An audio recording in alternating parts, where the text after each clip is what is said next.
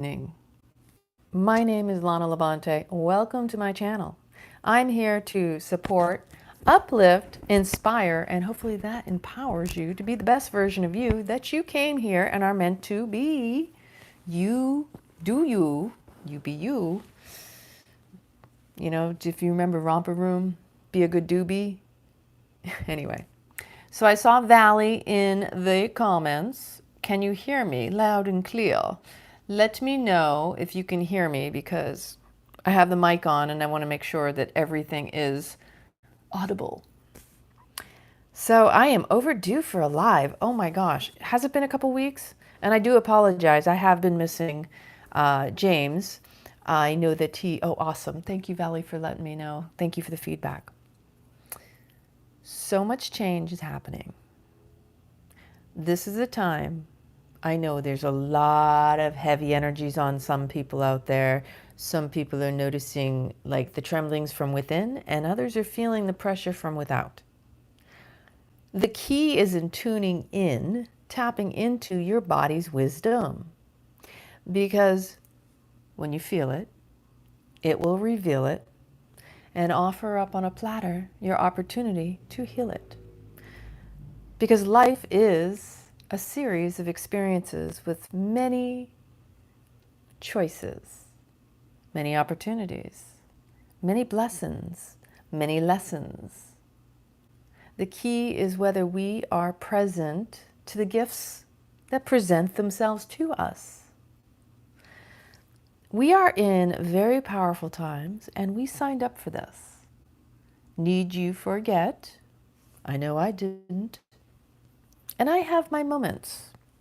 Sometimes I go within and I cocoon because I know there's a metamorphosis. There's a ooey gooey period before I can emerge with strength in my wings so that I can fly higher than maybe I have been in my life.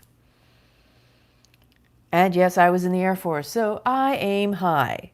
And it's ironic because I'm an astral projector. When I dream, I fly. I go places I don't even know I go. And I have noticed, as always, the dreams have been on fleek. The dreams have been like, whoa, what is going on here? I knew the other night it was powerful when my stepdad dropped in to let me know of something forthcoming. And I was sharing that with my sister earlier. I said, Jim doesn't show up in my dreams. It must mean something important for him to have said what he said.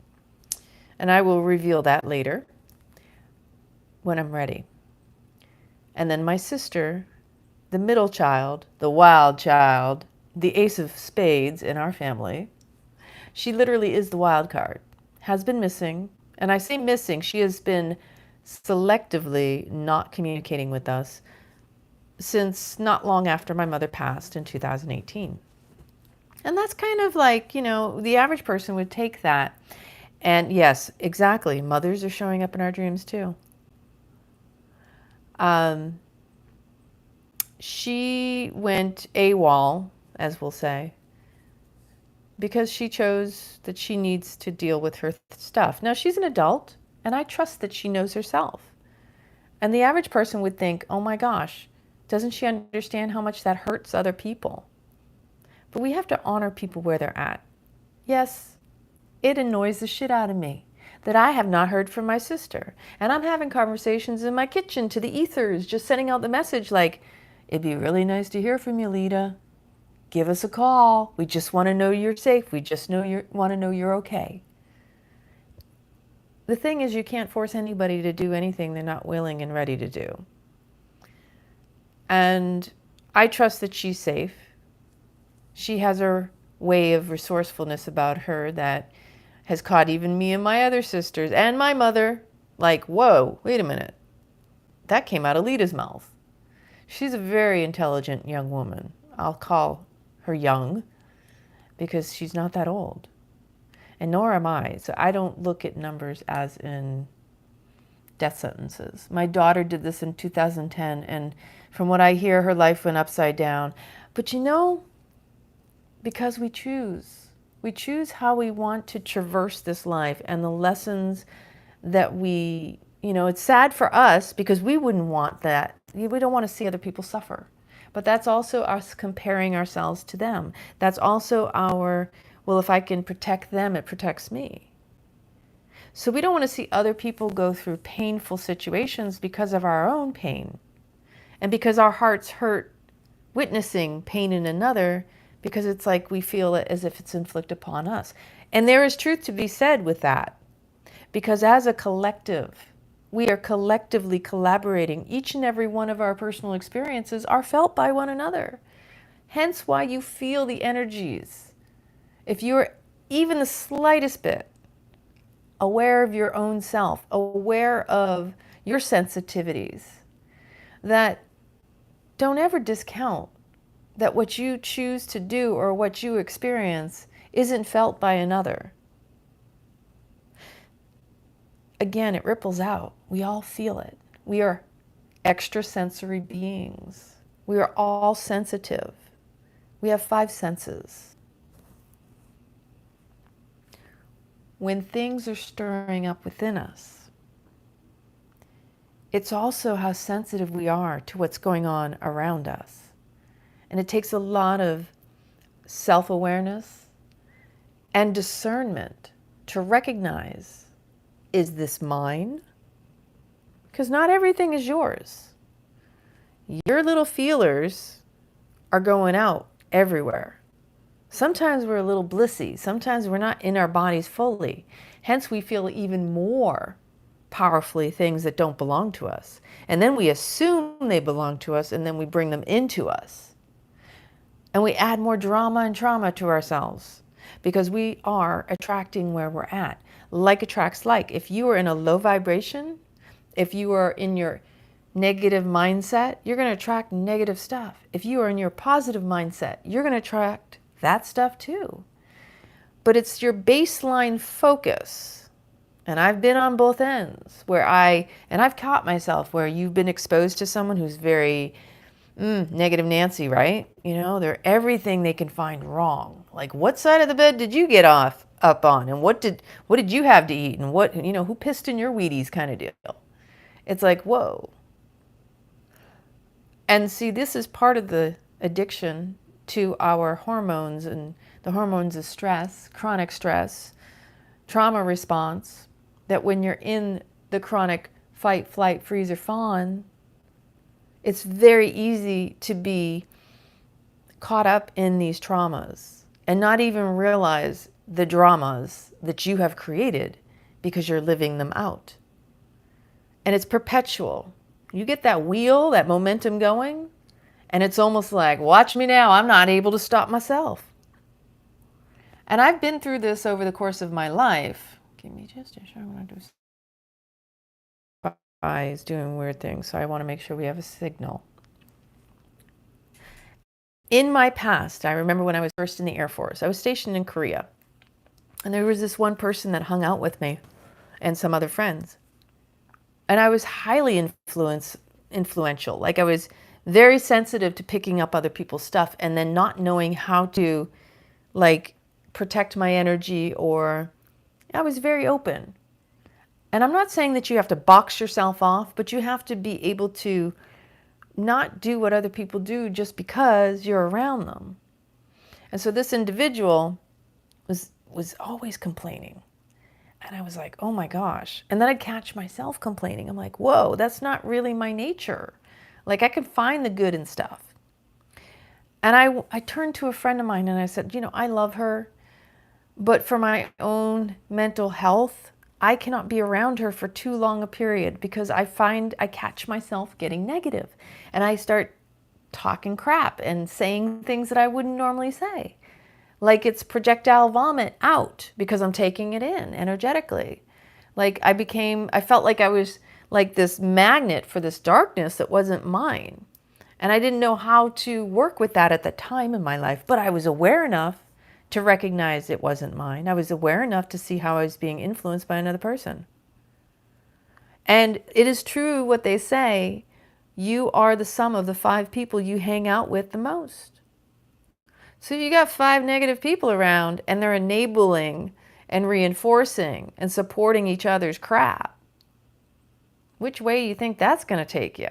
It's going to take you out. And you're going to be a part of that. So it's about taking personal responsibility for our own energy.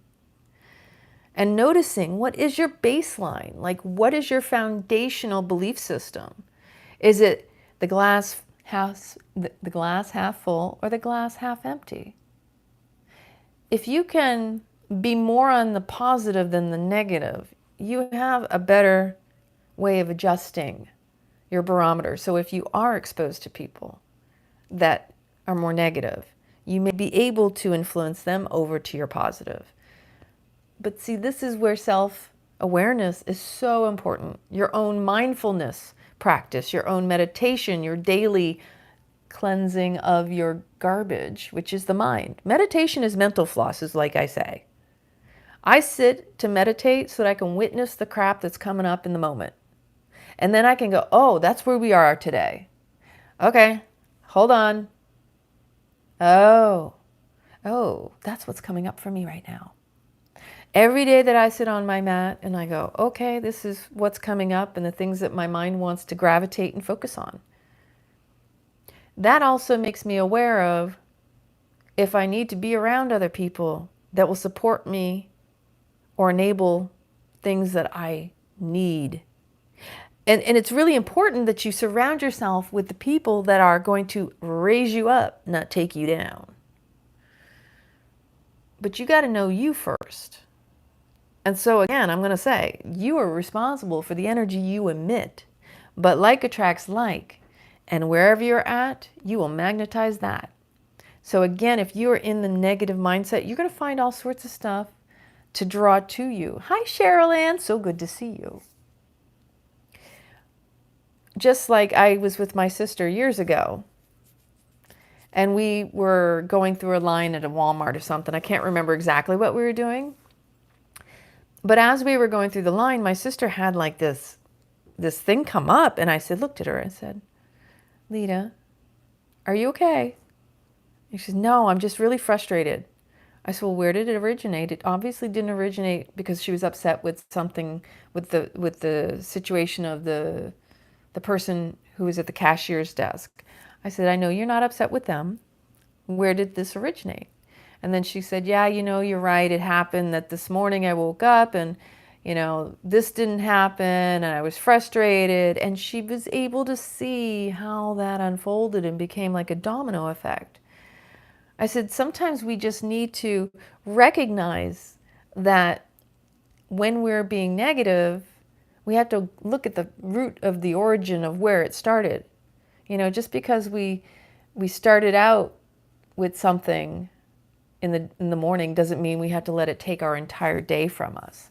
So there's always an opportunity to shift, to make a change, to even like reclaim that energy and go, okay, I'm aware of something. I don't have to let that take me out for the rest of the day. I can shift this. There is a solution. You see a problem, find a solution, create the solution. Or look at the situation that you consider a problem and see the blessing in it, because there's always something there. There's always an opportunity. If it was a trigger and it took you out of your peace, now you get an opportunity to reclaim your peace. Because the trigger's just, hello, we have an opportunity for you. We're going to allow you to heal. Because if you're willing to feel, it is revealed. And our energy is so powerful during these times especially. This is the time you want to be as mindful as possible, because if you aren't, you will be unconsciously led to your demise, blindly led by the mastermind. And so, like, for example, earlier today I was looking at I was watching, so actually I think this was the other day. So Natalie, if you do watch this, thank you very much. I was watching one of her videos the other day, and I had written something on there regarding years ago in the Beyond Addiction program that I facilitate. We had watched a video on how, I think it was something with Brene Brown. And then I later found a couple other videos that backed up the way that our mind remembers things. There was a woman, it was a TED Talk, I cannot remember, I'm sure I have it somewhere in all my notes, but essentially what she was expressing was every time you tell a story, you're only telling that story from the last time you told it, not from the original occurrence, not from when it actually happened and you experienced it. That story changes based on the last time you told that story. So imagine that your story is not even in its original form, and you probably left out all sorts of details, but you're only clinging to the ones that stand out to you in that moment. And Natalie responded about how, well, isn't that interesting? Even in remembering, we're forgetting. I said, what I responded with specifically, in my personal opinion on the situation, was that it's even more clever than that. Because our biggest addiction is to our belief systems. You've all heard me, if you've been following me for a while, that our stories, our belief systems, we go to war over them, to defend them, to prove ourselves right, not to be happy. But essentially, I said, it may be selective memory. Because based on our focused belief systems and those stories, imagine what you consciously or unconsciously look for. Yes, the BS, belief systems. Whether it be everything that's going well or not quite right, finding problems. Where attention goes, energy flows, and so it feeds that focus. So if you're telling a story, depending on how healed you are in your life, and in regards to whatever that story may be, whether it be a traumatic story or experience, or something positive, because even that applies. If you're a more positive individual, you may recall a story more positively. If you're more negative-minded, you'll see things negatively. All based on your basic foundational beliefs that you hold on to so dearly. And our belief systems, as I like to say, our BS, are our biggest addiction in this life, in this reality. And that's part of the duality, is that what we believe may not even be true. It's just how we cling on to it. Aha, that's a good one, Valley. So, are we the liars? And see, think about that with the word. Are we the liars telling untruths? Or are we the liars sleeping, lying down, still not awake to our own BS? Clever, clever, huh? Mindfulness matters, or we unconsciously become the slave to our master mind. And if you listen to me long enough, essentially, I just speak from my personal experience. This is just wisdom that I have integrated my personal experience, that I know how clever my mind is. It can talk me in and out of things that are most bizarre, necessary, unnecessary. I've taken the hard road. I've taken the easy road. I've gotten lazy. I've made things more challenging and difficult than they needed to be. Boy, this human existence, it has some layers, some textures. 5 senses. And we flaking in or out. Like, we get to choose how we have these experiences. We are the producers, the directors, the main star of our own movie here. Are we playing an extra in someone else's, or are we playing the main star? We get to choose our roles. We get to choose how we live it. And as adults especially, we are here to also reparent ourselves, our inner child that has felt neglected after all these years. Every single one of us has some form of a trauma that we have experienced that we probably still haven't resolved. We still haven't gotten over it. We haven't confronted it. We've suppressed it. Yet we're still expressing it, because what do? We grow up and we're running around, a bunch of adults, a bunch of children in adult bodies, acting out our unmet childhood needs, expecting other people to fulfill them instead of taking personal responsibility and accountability for our own needs. Isn't that crazy? And people think it's hard to date. Woof. Can't even get your own shit straight. Like, I just say that for myself because I realize, like, I have high standards. Why? Because I have high standards for myself. I would present myself as I am and expect the same of a high standard individual in my partnering. And that's where I'm at in my life, is I'm actually in the dating pool and I'm like, whoa. I'm kind of like, okay, this is interesting. And so we bring different experiences, perceptions, filters. Life is psychology. We can't be flinging shit at one another, but we have to start looking within and recognizing, oh, we still got some work to do on me. One of the reasons I didn't get married, one of the reasons, aside from not finding the perfect partner, because I am that picky, and not having children, is that I wanted to be right before I brought another child or being into this world. My selfishness is selfless because I know if I'm not right with me, what makes me think I could bring another being into this life? And I know there are people out there, you know, you didn't know any better, you had children, and guess what? That's another way to learn about your own stuff. Through having children, you also get to heal yourself because they are revealing you to you. They're your mini versions of you. Now they're in a physical form, showing everything back at you. And I see it. I see it with my sister. I see it with other people who have children. And I admire that because that can be tough.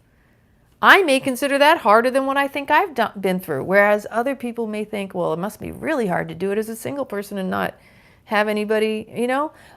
But it's all perception. It's all a story. It's all belief systems. All that BS. No matter what you choose and how you choose it to go about your feeling and revealing, you're recognizing and acknowledging and taking personal accountability and responsibility for yourself in this life. It doesn't matter the how. What matters is that you do, that you care enough, your why you do it. Each of us has purpose in this life. Even if you don't think you do, you affect the whole. Even in the slightest little bit. Like I said earlier, every choice you make, you choose, it affects us all. And when you think like that, you think, well, then I have to help other people. You just do you. I love the way my gong sounds when I hit the right chord in my voice. Most of us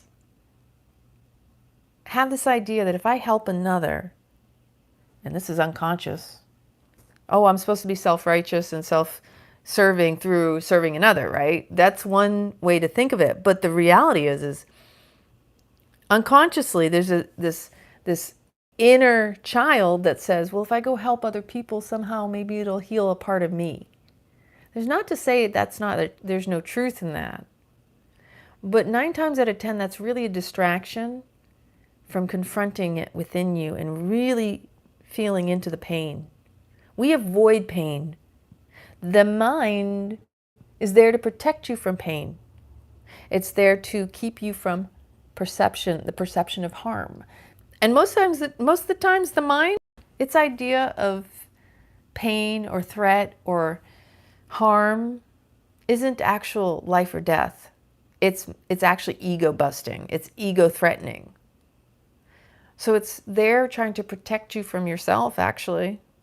Like, oh, you remember the last time you did that? This is what happened. It could happen again. So it keeps you small. It holds you back. But if we are helping other people, why are we helping them? Why are we thinking we know better for another person? Why are we allowing ourselves to get distracted from ourselves? Because we see ourselves in that person, that's why. And when we see ourselves in another person, we start comparing ourselves and making that person us. Because as we judge another, or compare ourselves is really all judgment is. We see that person like, wow, I remember when I felt that. I remember what that was like. What can I do to alleviate some pain from that individual so that in some unconscious way, maybe it will heal that wound that was open by me witnessing that person going through exactly the same thing that I perceive. Do you see how that works? And again, how? Again, we are collectively connected so that when that person's going through what you perceive as something similar to what you've been through, see how that affected you? Now, take it on a more grander scale, the way the world is today, not the people you see directly, but the ones indirect, the ones you don't see, but you feel.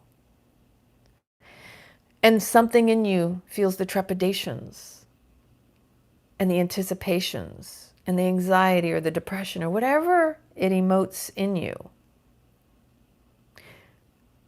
We are going through a collective rebirthing. It's said that this particular new moon solar eclipse is the ending of a cycle. This whole eclipse series that we're going through over the next 6 months, that you cannot carry forward the things that no longer serve. So what have you been clinging on to for dear life? God, don't take it away. I can't live without it. Because whatever that is, and I've been there, done that on this a few times, the more you cling, the harder you hold on, the more resistance. Notice the pain that it brings. Because when we don't let go, it essentially will be ripped out from us. The universe chooses for us when we don't choose for us. Or God. And I've experienced that plenty. And I know the pain that comes with that. It is not fun. Which is why, if the ego gets to choose first, it makes it less painful. But you have to be willing to let go of those things first. Whatever that is. And only you know. Only you know what you've been clinging on to. Only you know what still causes you pain and suffering because you won't let go. Until you have a come to Jesus moment and a conversation with it and be like, okay, like really process that, because that's going to be a life-death situation, because that's what you do. You cling on to something that it's time to let go. You have to process the death of it, the removal of it, the grief cycle. Every change in your life are like mini deaths. Real death, big death. Little changes in your life. You know, things like, oh, my favorite shirt, it has a rip, I have to get rid of it. Oh, where am I going to find another one? Might be you know what I mean? Like, it might be something so hard to find. It does kind of stir you up. Or you lose a pet you've had forever. Feels like forever. A change in your career. A change in residence. Starting a business, ending a business. Dating. Ending, beginning. They're all mini deaths and big deaths too. Each one with its own unique impact upon you. The question is, can you be true to you rather than caught up in the comfort zone? Because you know, growth does not come by staying in your comfort zone. You gotta get really uncomfortable. And let me tell you, those are the times when I'm like, oh, especially, you know, like leading up to this week, I'd say, you know, I have had my roller coaster riding. The whole Phoenix rising. The acknowledgement of the life I've lived and where I am at now and what it's time to do. I'm not saying it'll just launch on its own, but you gotta be willing to acknowledge it. The moment you acknowledge it, The moment you go, okay, I surrender. I give it up. I'm ready for something bigger and better than I could ever imagine. Because my mind can come up with all sorts of craziness. But the true surrender is in allowing. It's slowing down, not speeding up. Speeding up is just more distraction. It's more, I don't see it. I won't look at it. We're here to be in this. It's not about being perfect. It's not about being right. Oh, yes, the man in the mirror. Oh, you know, my mirror therapy. Just go in the mirror. Just do it all the talk out with yourself. Let me tell you, you can't even keep a serious face when you look yourself in the eyes. And the truth being that, what are we here for? We signed up to be here. We're not going to run from it. We're going to be fully present in it, even when it's uncomfortable. It's not about always feeling comfortable. It's about feeling. Again, as I say, when you're willing to feel it, it will reveal it, the opportunity you get to heal it. And triggers are simply showing you your work that you still need to do. Whether you are freaked out by something, someone says a certain word, it clues in a memory, and you fly off the handle and you flipping out on everyone. You still got some work to do around whatever that was. And all of us have something. Some of us just are more aware of it than others. And we're all on the same path. We're just at different levels, different stages. Don't beat yourself up. You're doing great work that you're even here. Remember, it's not your heart breaking. It's your ego busting. Because the willingness to feel is the heart strengthening. The heart will never lead you astray. It's the head that gets in the way. We don't truly get heartbroken. We just lose what we were clinging on to. The real pain is in not letting go. You see that resistance that it creates? The more you hold on to something, the more pain it will cause you. This is what all the great teachers have taught. The importance of allowing and letting go. The more you cling,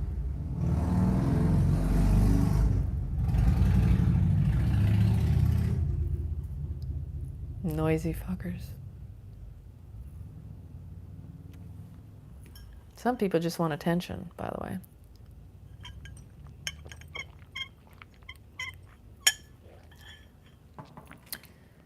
Haven't you noticed in your life, just think of a time when you did feel heartbroken.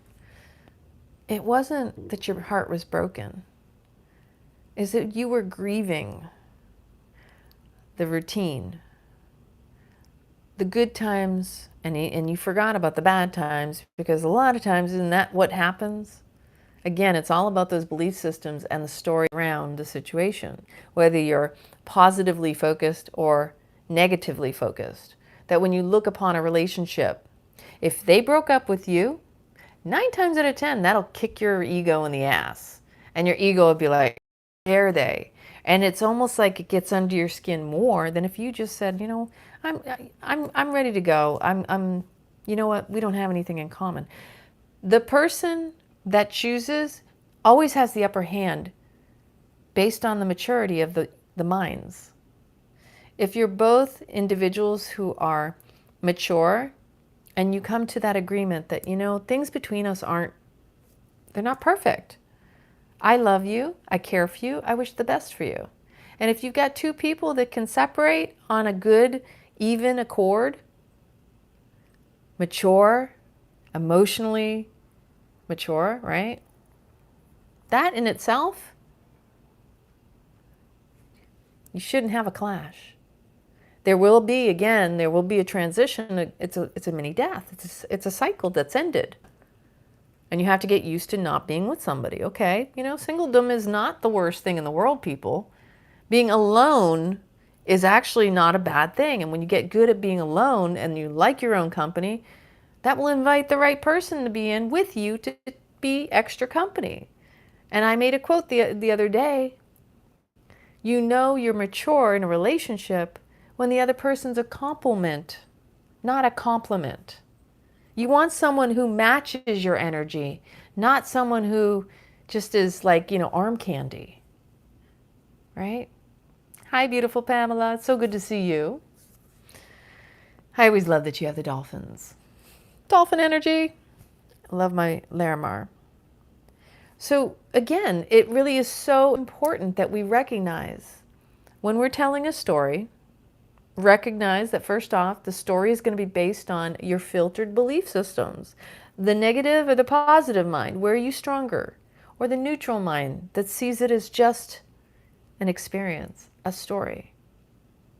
Because our stories are usually charged. They're charged with a trigger.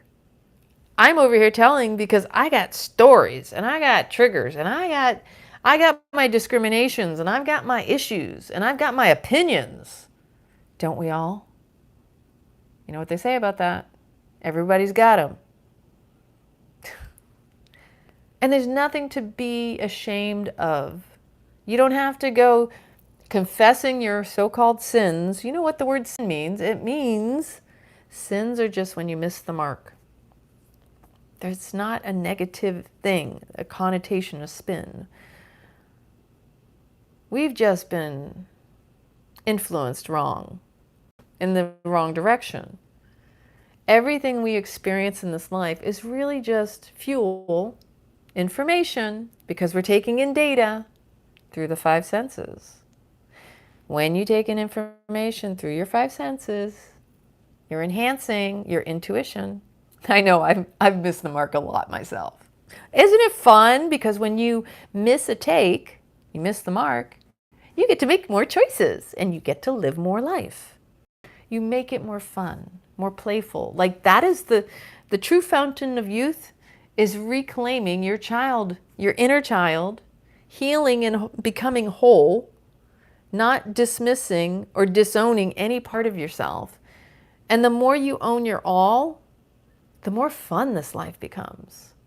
I got myself more flowers the other day because the last batch died on me. I was like, are you kidding me? So I got to show you because I love flowers. I grew up with flowers and they smell so good too. They're like a light petal pink. Well, yeah, and I'm in a pink phase right now. I'm really in my feminine, and I think we should all embrace our masculine, our feminine. We're all both, but we're all imbalanced in some way, right? All right, so let's see, what else can we talk about with regard to this? So people are out tonight. I don't know what's going on. There's this powerful time, and we are powerful manifestors, and we got potent energy within us. So how many of you out there are having these powerful dreams? We were talking about this earlier. Valley said your mom showed up to you. One fun fact about me, I was in the Miss Maine teen pageant when it was my senior year in high school in 1992. I was in the Miss Maine teen pageant, top 10 runner-up. And as a result, I got to go to the Barbizon School of Modeling. Wanted to be an actress. Wanted to do all the things, right? Kind of glad I didn't, especially knowing what I know and what I learned over the years. And I did do a little bit of modeling, and I did a little acting, and I did a little this and a little bit of that. And I always in fitness, always active, wellness and all that. Last night I had this dream, and it's funny because I've been kind of waffling with this idea of maybe even doing a fitness pageant, like a fitness event, because since I've been going to the gym and since I've been feeling stronger, and I had an opportunity years ago, but I didn't do it. I was actually I was living in DC and I was getting ready to PCS to Belgium when I was still in the Air Force. And I was really, really muscular. I mean, I was toned. And I had some pictures. I still have the pictures. I don't know. They're somewhere on a laptop somewhere. I had images and pictures of myself just like posing. Sorry. Posing, you know, doing the arms. I mean, I was just completely ripped. My abs. Oh my God. Jeez, those pictures. Oof. But now I feel so much more confident in where I'm at. No more implants, because in those pictures, those were implants.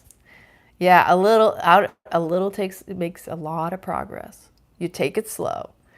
The slower you go, the longer it'll last. It's a beautiful thing, and I've been working with a trainer as well as the gym that I go to for about 1.5 years now. And the reason I started going was right before I had my implants removed. My shoulders were really, really tight. Like I could feel like because my breast implants were under the muscle, and it really constricted and restricted the range of motion in my arms. So that was one of the main reasons I started going to that gym. And the other day I said to one of the ladies who also works out there, she's one of the coaches, I said, you know, I might even consider doing, you know, I'm getting ready to, you know, I'm going to be 49 this year, but by the time I'm 50, do my own, you know what? It's all about keeping it mobile. We should be recovering from any injury even better and more stronger. We should always come back. Age is just a number, honey. I know you're stronger than that. But never let your story limit you. Always use your story to uplift you. So this is what this is about. This theme is about leveling up. This is the period we're in, and these are the downloads I've been getting. The title that I put on here it's about transparency, authenticity, and integrity. Those I realize are very much my values. And I say that because I have a VA course that I do, and I was sharing about a couple different things that I had been through over the past year. Losing my dog, the vet, all this crazy stuff that most of you have heard if you've been watching my videos for a while. And she goes, well, what are your values? And I said, well, that's pretty easy. And I said those 3 words: authenticity, transparency, and integrity. Why? Because those are the values I hold for myself. I don't want anybody to see me as anything but what I genuinely am. I have no time to tell a story to cover up for anything. Transparency and integrity and authenticity is you see is what you get. I don't have time for any of that extra bullshit, you know, belief systems, all those stories. We limit ourselves. We need to be more authentic and aligned with our truth. Not poo-pooing on ourselves, not using disparaging words or things that bring us down. We need to be that much more. We need to live in alignment with our truth. Exactly. No more time for the BS. Especially in these powerful times of manifestation. I said this years ago, that when we start leveling up energetically and with our gifts, you're going to watch. You're going to have the people who've been doing the mindfulness practices and they've been paying attention. They can discern and go, holy crap, I just manifested that. I was thinking it and it happened. And we're already seeing this. I know people, we've been having these conversations. Me and my friends were like, you can't make these stories up, right? Yeah, the energies are off the charts. There is, so many stories on that one. And then there's going to be the people who have been unconsciously going through their lives, and they kind of notice like, oh my gosh, I was just thinking that and it just happened. And we're not talking the good kind of happen. It's like, how is that possible? I just thought that and that happened. Oh my gosh. And that puts them in a fear department because they get anxious and thinking that the worst case scenario, or like Murphy's Law, is happening to them. But the truth is you're going to figure it out one way or another. Whichever way your mind vacillates, like I said, you've got to be mindful and you've got to take accountability and responsibility for the energy you emit and the thoughts that you think and the words that you speak. Are you casting a spell that you want or one that you don't want to keep? What are the actions? Are they in alignment with your truth? You know, most of the time we're already guilting ourselves. We're already judging ourselves. We're already like our own worst inner critic. That's the last thing we want to be doing right now. If anything, we have to stop the blame and shame game. It's time for grace. It's time for compassion. It's time for slowing down and self-assessment and realization.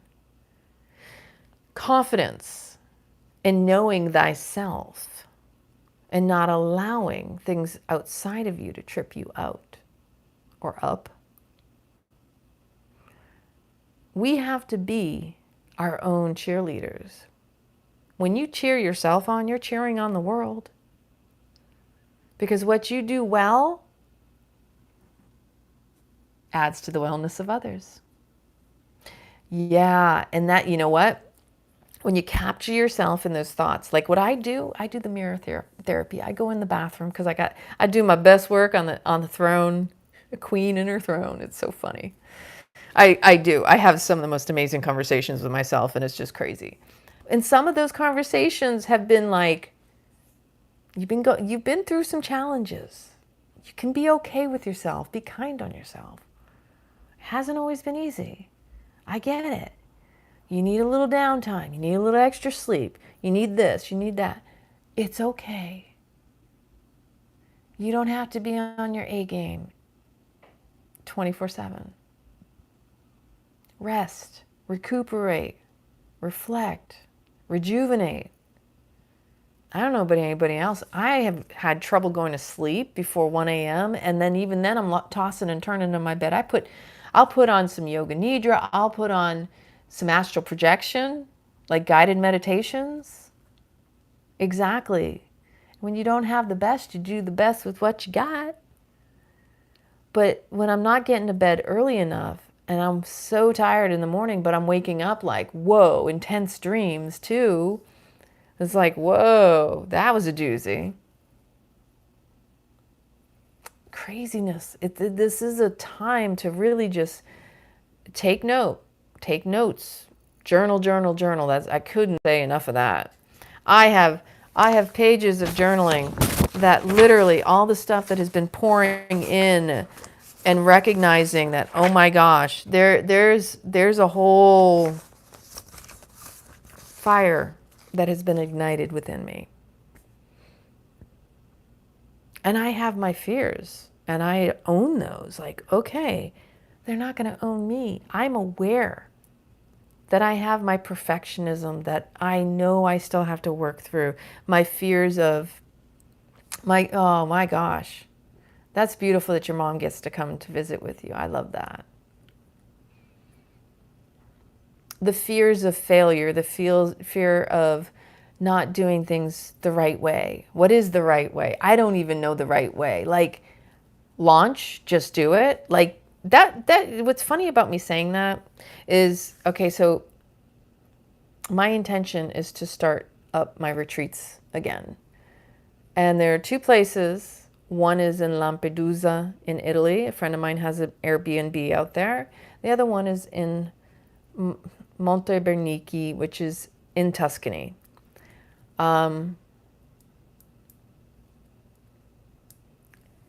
Sometimes I'm over here going, but who's going to want to come? Who's going to want to have to pay the money because it might be too expensive for people and blah, blah, blah, blah, blah, blah, blah, blah, blah. The mind, right? That crazy wheel starts turning and it starts trying to talk you out of stuff. You know, because what happened in 2017 before I met my partner for social media was I was initially going to be doing it, and then he came into the picture and said he was going to help me, but he was more of a hindrance.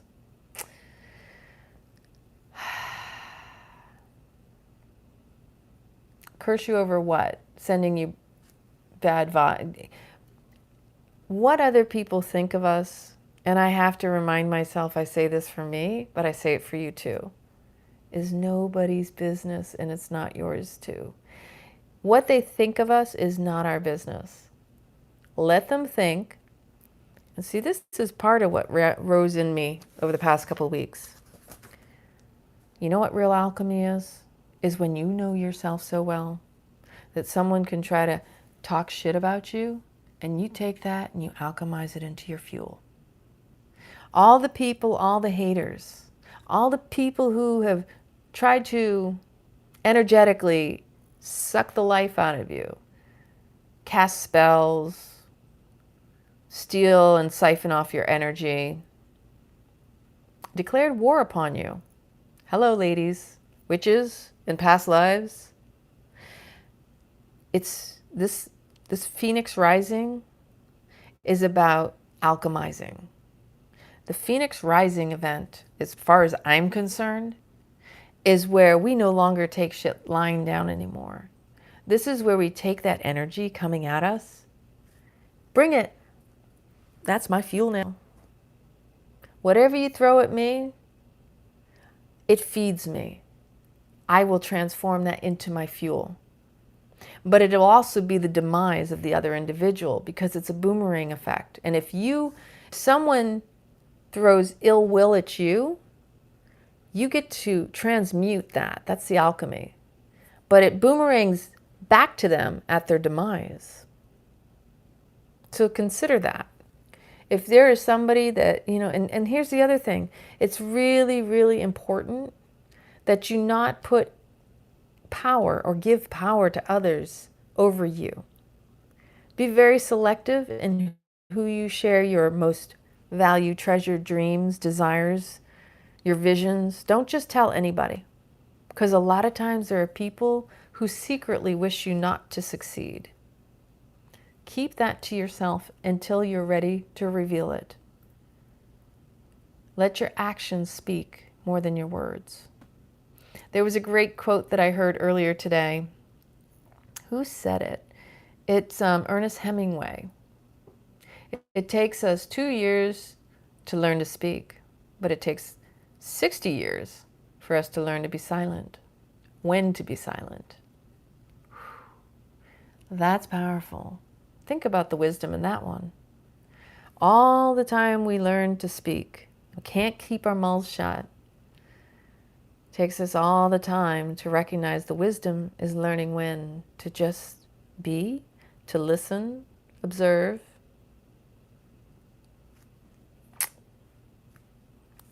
What is that? Loose lips sink ships, and silence is golden. So many of those quotes.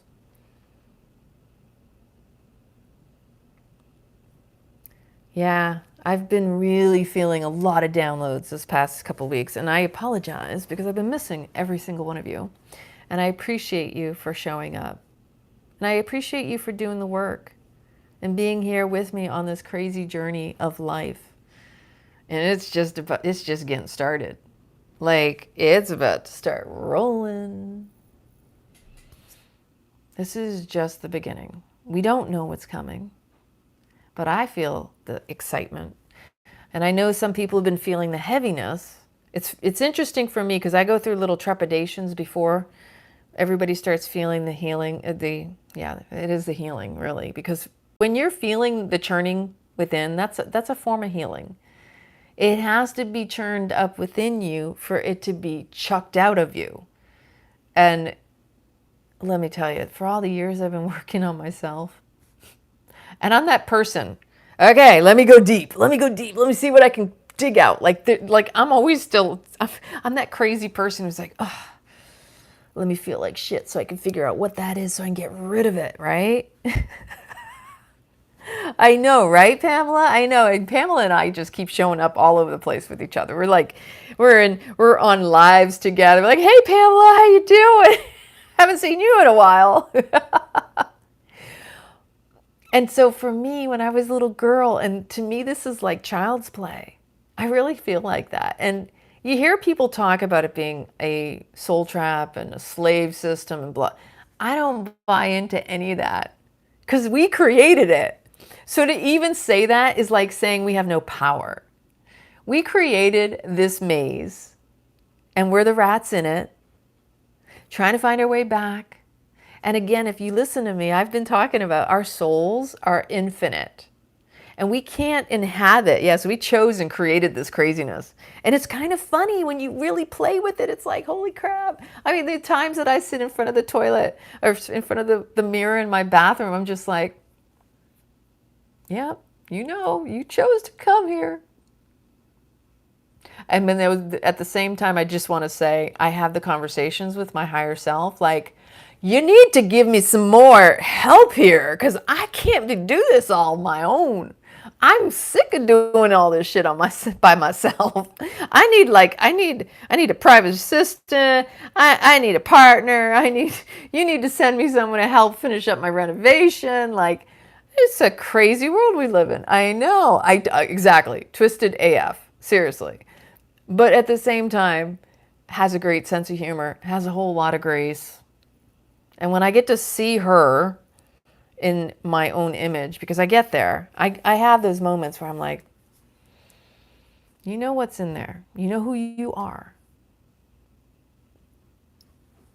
You know what I mean? You're like, I'm in there. I see you see me. It's funny. You really need to have the humility, the humbleness, the grace, and compassion for yourself. Because the craziness is it's us. It's us and always has been all along. Since I was a little girl in the fields in the countryside when our parents moved us from Massachusetts, because the crime was so bad in the late 70s in Boston that my parents said they didn't want to raise me and my sisters there any longer. They didn't want to have to worry about the crime. There was a man who jumped over our 6-foot fence in the backyard with a 12-gauge shotgun running through the backyard. And the person who lived behind us was the police chief, and that was in Dorchester. So my mom, she said the reason we moved up there, and my dad too, they wanted a better life for us. And then it just so happened the small town they brought us to, small town America, Holton, Maine, turned into being a town of pedophiles. That's some crazy fucked up shit. If I haven't talked about that, I know I've talked about some of that on my videos. A small town in Holton, Maine, where one of the main lawyers was having parties at his home, having parents bring their children over. I wasn't part of that part. That was a little bit more hush-hush and only certain families type deal. No, instead, the guy that was part of the problem for us, yeah, I know, it's so crazy. Oh my God, northwest of Bangor. What town was that? Because I know that area. The man who abused me and my sisters, he was taking pictures of child porn, and he was protected by these same people. He went to prison for child pornography. That in itself, 𝐂𝐨𝒂𝒃. I know, yeah, it's a pronunciation. It's an Indian name, 𝐂𝐶𝒃. Yeah, I went into the Air Force. I went to 3 different high schools. But when I was a little girl, despite all that craziness, I still had my connection to Source, my connection to God, going to Catholic schools, and I was the one asking the questions like, hey, wait a minute. In the Bible, it says God says not to worship in 4 walls, and I'm happy outside in my nature, and I am connected as anybody could be. We just sometimes forget because this world influences us and indoctrinates us into a belief system, I call this indoctrination nation. I mean, you really look at the world. Everything's been taught to us to exactly what to parrot, what to think, who to believe, who's good, who's bad, what's right, what's wrong. And the right and the wrong is all based on rules that man made. It's not true right and wrong. Even children are smart enough to ask questions against that. The innocence of a child will call it out. Like, that doesn't make sense. Why do you do that? And then having an adult try to explain it to a child, like, well, that's just the way it is. That's not an answer. Most adults don't have an answer.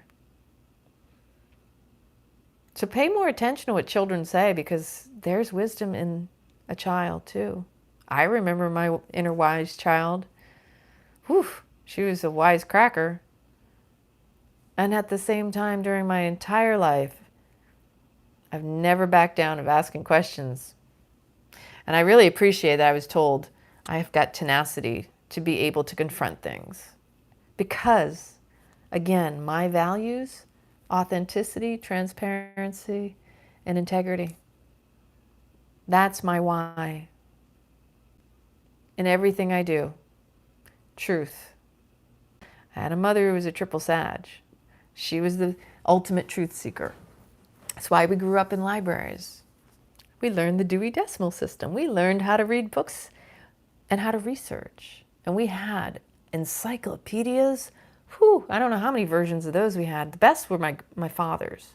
He had some really cool ones, and I remember reading some things in those books that you're not going to find in the regular books anymore. I wish we still had those. He also had Lionel trains and Elvis records and reel-to-reels, and I was talking to him earlier today about how we used to get dressed up in their clothes. What's up with my crazy flashbacks, which you don't actually remember as part? Yes. I don't think you're alone in that, Val. You know why? Because I've been having crazy flashbacks like, whoa, I forgot about that. Where you start going, ooh, there's a memory. That's a blast from the past. And of course, now that we're going Mercury retrograde full steam ahead, we've been in the shadow for the past week and a half. Now tomorrow we've got Mercury retrograde. My understanding, everything's coming up for releasing and not reliving. So that's what this whole period and this theme is about. It's about the new. And it's exciting. And I think that's why I've been like, you know. And I've been hitting the gym hard because for me, that's how I move energy. You got to move your body. Movement is medicine. Embodiment. I'm going to put together, for anybody who's interested, a body awareness workshop on Zoom. And I'm not sure if it's just going to be a one, which could be several hours, or if we're going to do several meetings. And the reason I say that is because technically I could go real deep with the body awareness stuff. Because that's my passion. That's what I am here doing. That is what I teach, is body awareness. It's embodiment. It's mind, body, spirit, soul medicine, essentially. But the times that we're in, we're meant to be physically in our bodies. When we are escaping, when we are not grounded in our being, when we're not feeling all the feels, tapped into our five senses, then we're tapped out of our intuition. All of the into me I see comes from the heightened sensitivities of the five senses. If we can feel even the crap, you will clear it faster.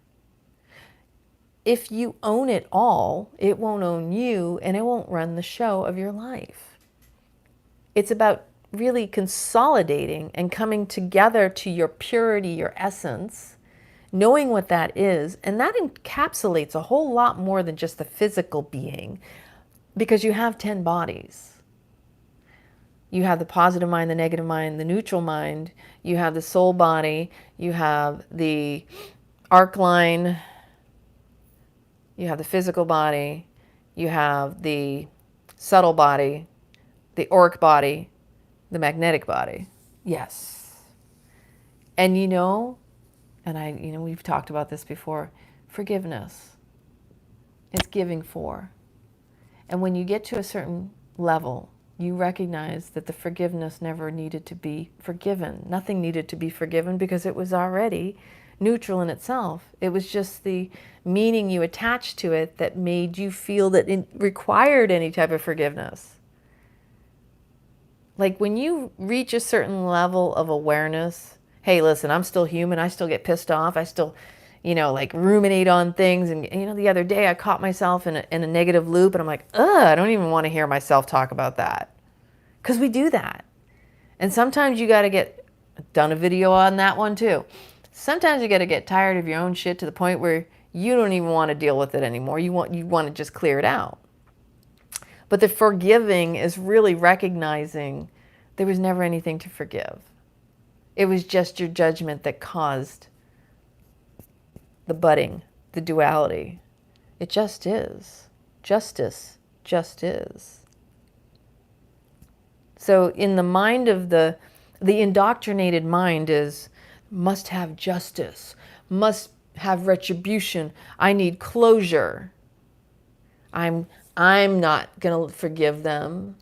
They have to earn my forgiveness. They did me wrong.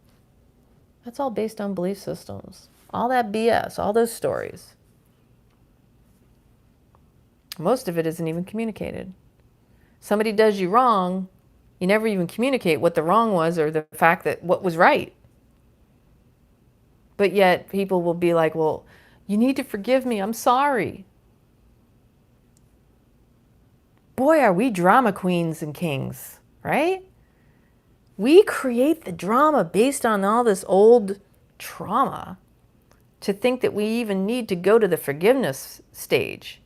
If we clean up our acts, we don't have anything to forgive. We just see it as it is, in its neutral form. And you are able to recognize and acknowledge where you put an attachment and a label and you created the story around just an experience. That life is truly a series of experiences that we're creating a story all around that. Our own Truman Show. Yeah, the forgiveness thing, when I got to a certain point, I was having that whole download whoa, well, there's nothing to forgive. Because you hear the masters will say there's nothing to forgive. Even Jesus and God, the whole, Jesus died for your sins. So technically there's nothing to forgive because you were already forgiven because it was resolved and absolved beforehand. But here we are playing the martyrs, thinking there has to be justice. So there has to be a perpetrator, a victim, a savior, and over all that, the event needs forgiveness.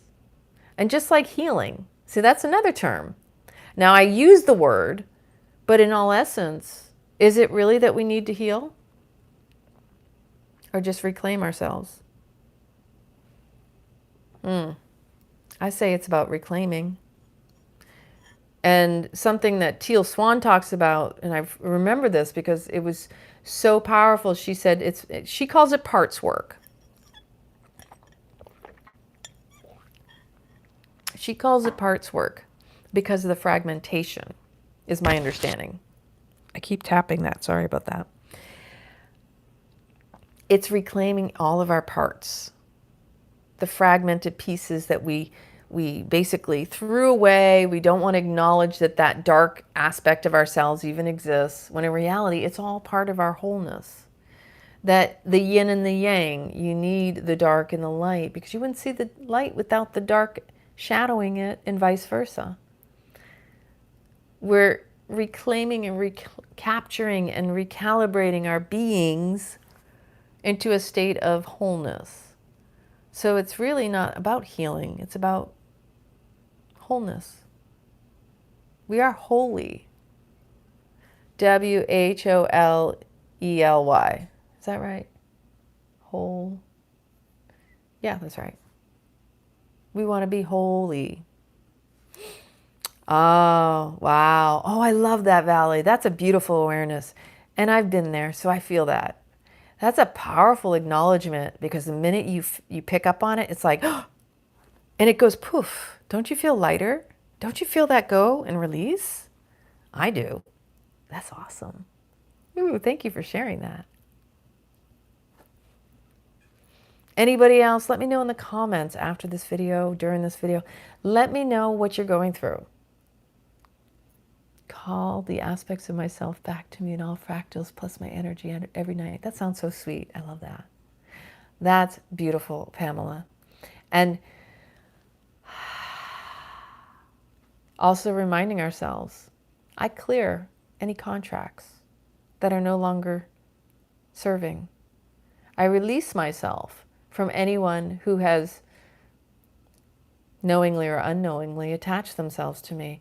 Anyone who has ill will towards me, send back that energy to them. You go into that whole space of reclaiming your power, your energy. I am a whole being. I no longer have contracts to fulfill. I am free and clear to create anew. Moving forward from this moment, I am on a new trajectory of abundance, laughter, love, joy, happiness. I am here to uplift, inspire, empower others to the greatness. That by my presence, others are happier in themselves. How can I free myself? Claim yourself. That's freedom. That's liberation. Welcome, Callie. When we claim ourselves, rather than being unconsciously claimed by our minds more than anything, we are here to reclaim that which we may have unknowingly given, unwillingly even, because unknowingly it is also often unwillingly, because if we knew, would we have given it away? From the moment we're born of original sin, so we're told. So we're all shamed of something we don't even know that is to be ashamed of. Over time, we're taught all sorts of stories around what that should be, what all the rules are about it. It's like, whoa, you're going to like shake off that dirty energy. That's not yours. That's not your story. They just try to keep us all in this loop of thinking it's ours, and it's not. Every story you've adapted to yours is not even yours. Whether it's the legacy of your parents, the story that they've been telling. It's always been that way. It's just the way it is. Nothing's ever going to change. Ugh, that one always feels like nails on the chalkboard to me. Make your truth your life. What is your truth? What do you feel? What resonates for you? When you really get deep within your feeling of being, again, this goes back to the workshops, because that's what I really want to bring you all into if you're interested. Body awareness. Your body is your truth teller. That's why we use kinesiology. You notice when you're triggered by things that you're still unhealed or still ruminating on a conscious or unconscious level, like you still have a resentment towards somebody because of a past experience, or maybe you still cringe at the idea of like walking down a dark alley because something happened.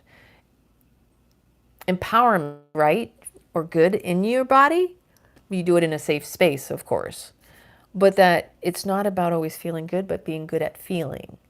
And when we say that, and I want to really also acknowledge that you want to know that you're in a safe space to do this. This isn't something I would recommend you just, carte blanche, just do it wherever. No, this is where you selectively, in a group setting with others that you feel comfortable with, you have to recognize that when something comes up for you, like when I'm going to do my workshop of the body awareness, you feel something. Like, this is why I say journaling is so important, because it's cathartic. You're clearing things. Through the fingers are the extension of the heart and the lungs, which is where most of our grief resides. When you have problems with the heart and the lungs, the breathing. Do you ever notice when you get triggered or upset about something, you tend to hold your breath. You tend to, stop breathing. Why did that happen? Or maybe you shallow breathe, or maybe, maybe just to here, or maybe down to here, but you don't get a full range of breath. Like, all of these different things clue you into the work you need to do to be solid in your knowing who you are.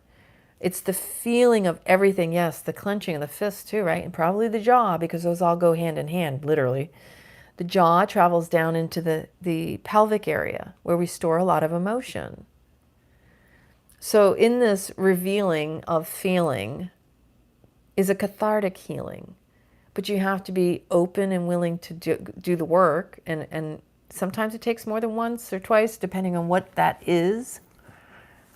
That we are, the grinding is really big. I wear a bite guard at night, so As we become more familiar with our physical body, we start to trust the wisdom of the body because the body is always telling our truth.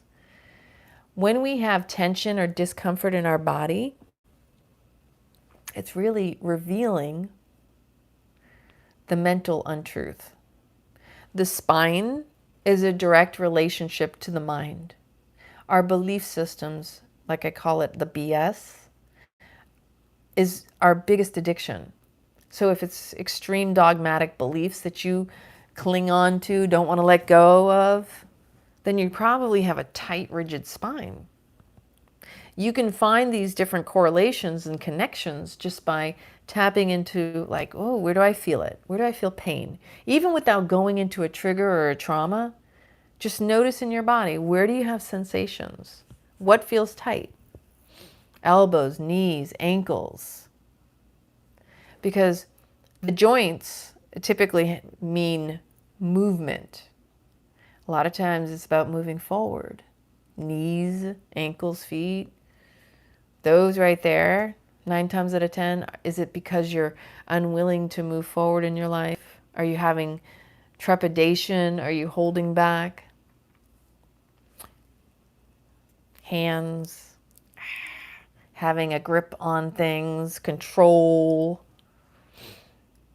Yeah, every aspect of our body speaks mounds about the mind, literally. And so the tension in the body is essentially screaming out, there's a misalignment in the mind. There's a belief system in the mind that the physical body is screaming, that's untrue. And it lodges in the body as discomfort because it's dissing what the truth is in your body by clinging on to it in your mind. That's the way I've learned and interpreted personally that if you, like I said, a dogmatic belief is the best example because the spine is just so tight. You're like, okay, so what am I so literally unhinged at that I cannot let go of that belief? I have such a strong addiction, attachment to this belief. It has to be this way. And because it has to be this way, it feels so tight in my back. Why is my back always sore? Or maybe your neck, which is really about your truth, speaking your truth. But depending, uptight too, right? But depending on where exactly in the spine also aligns with the area of your chakras, and each area of your chakras could indicate where you need to strengthen and work out something deeper. Those are just some small little insights.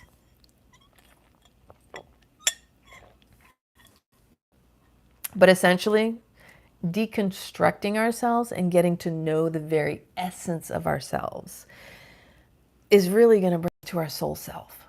And that's going to give us more space when we clear out all that icky, sticky gunk that's creating discomfort and dis-ease.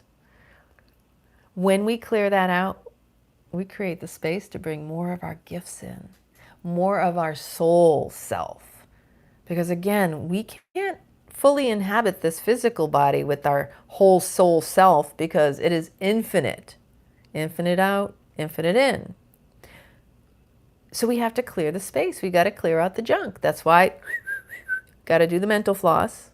Got to clear out the mind and the chatter and really confront some of that dogma, because that dogma is just, my dogma, I ate my karma, like karma essentially, and that's another one where people talk about karma. Karma is essentially you just keep on doing the same patterns and you still react and respond to the same things in the same way. Until you make a change in the way you respond and approach things, karma is just your patterns. They're old, outdated patterns. And as they say, definition of insanity is doing the same thing over and over again, expecting a different result. Why does this keep happening to me? So it's recognizing that we're not victims, that we created this life, we created all these circumstances, we have magnetized ourselves, that when you don't do the inner work consciously, The inner child will draw in the others to play it out on the stage, the world stage. So if you ever notice, why am I repeating a pattern? Why are there just different people, but the same situation? It's because your inner child is saying, hey, you're not working on this issue, like I'm not feeling seen or heard, and whatever that situation is, when you don't confront and deal with it in you, your inner child will pull the temper tantrum. It will pull that temper tantrum out of you. It's kind of comical if you think about it, but the inner child's like, fine, if you're not going to give me attention, watch this. I'm going to call in a third party and we're going to play it out in the real world. And then it seems a little bit icky, doesn't it? Like your inner child's in there going, see that person over there? They're going to come in and we're going to act this out again because you didn't get it. You don't want to look at me and I tell you, but you don't want to listen and you abandoned me and I feel rejected. And like, see how all that stuff goes? And people are crazy thinking, oh, I don't understand why this keeps happening to me. Oh, I'm the victim of the situation. No, you keep creating it. It's you. It's your energy. The energy you're emitting is attracting where you're at. And that clearing can either be an internal conscious one or an external unconscious one. See how that works? Now, we all have these life events and lessons that keep reappearing just to test us and to trip us up. And the universe will poke and provoke and go, hey, did you get the memo? Do you remember that last time we did that? Are you going to get it this time? It's like when I told the story about the handyman. Like that was bizarre, but at the same time, it made so much sense to me because it was a repeat. That the word desperate is no different of spirit as when alcohol. I don't drink. But when you take in the spirits, you also open yourself up to be fed off of them or for them to try to come and infiltrate you. So it's no different with desperation.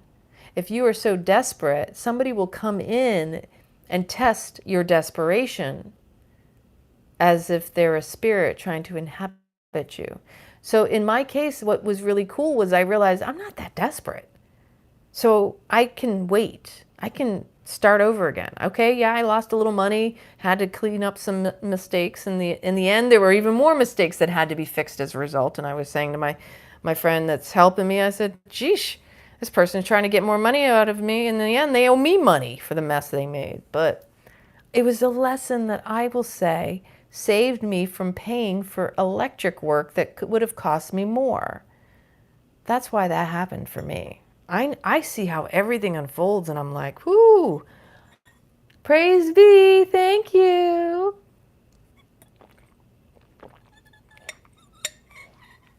Yeah, these are some powerful times. I'm grateful to be alive. How about you? Again, like I said, I'm very grateful for each and every one of you, for showing up, for you doing the work for you, for supporting me, supporting you. Because that's what we're doing. Like when I show up, I'm not just showing up for myself. Valley, you are so amazing. I love you. You are so amazing. I can't wait to meet you in person. I'm sure that will happen. Same with you, Pam, and everybody else. Because the truth is, when we show up for ourselves, we're showing up for each other. And when we show up for each other, it's also showing up for us. Now, I mean it in a receptive way. I don't mean it in a I need to help people, you know, that martyr way. Like, this is conscious living, people. This is conscious living. This is alchemizing. It is taking all of your past experiences and like really like amalgamating it, like really creating like, oh, wow, there's, you know, okay, for those of you who've done the Reiki trainings or any type of energy work, you know, when you create that energy ball and you can literally, you're feeling the energy. Oh, it's making me hot. Yeah, my body gets really hot. Yeah. And you feel it. It's like, oh, I can take that. I can harness it. I can connect with it. Like, wow.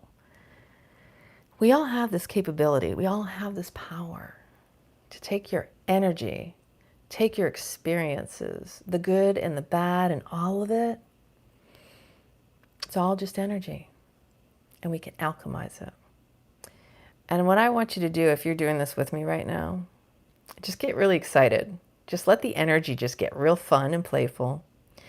And feel how you can feel that as you pulse, you feel like the pressure pushing against your hands. It's like, oh, there's a lot of energy in between my hands. Because when you're doing this, imagine, start visualizing all the exciting times you've had. And now we're going to use that to create more. Because with gratitude, we amplify and magnetize. The more grateful we are for those amazing experiences, all the life fulfilled. Yeah, we are forming, we are creating, we are manifestors. We're the master manifestors. That's why we're here. The life that you have had that you know is like the bomb. Even if it wasn't perfect, you can still visualize and create that as your story. That's your alchemy. Now you get to use this ball of energy and play with it. And you can do this after the video. Use this opportunity to shift it into your future, to make it your present, your gift. That in the moment, in the now, that is the life you're living. Infinite. We are limitless. Always have been. Now we're reclaiming it. Remember to breathe. That's another power that is very important. The prana is what also enhances and increases this.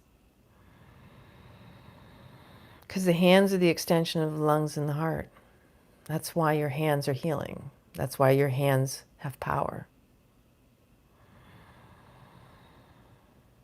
And take that with every deep breath in. And notice, ooh, you may feel even the electric coming from your fingertips and your palms.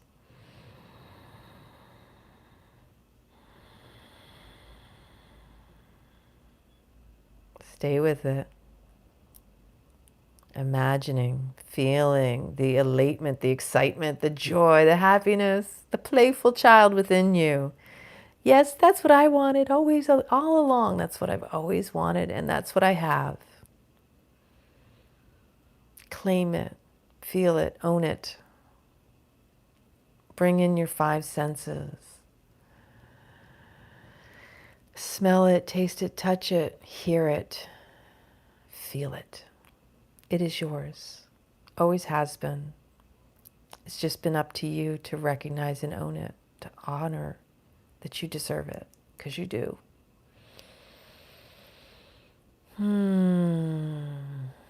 Ooh. That's beautiful.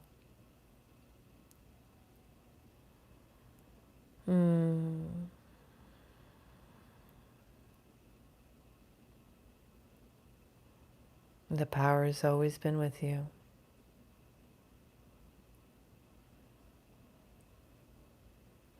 You can make this a daily practice. And just using the energy ball. And then when you're ready and you want to close it and seal it, place your hands on your heart. Press them tightly against your heart and feel it flood your entire being. Feel it in every cell of your body. Feel the energy returning, inhabiting your being.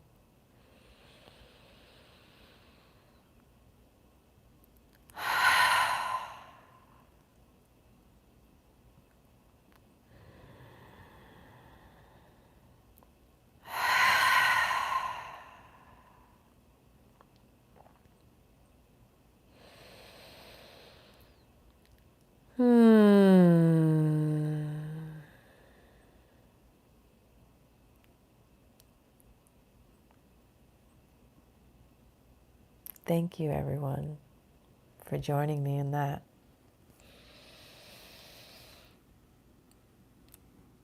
See if you can incorporate that into your daily mindfulness practice.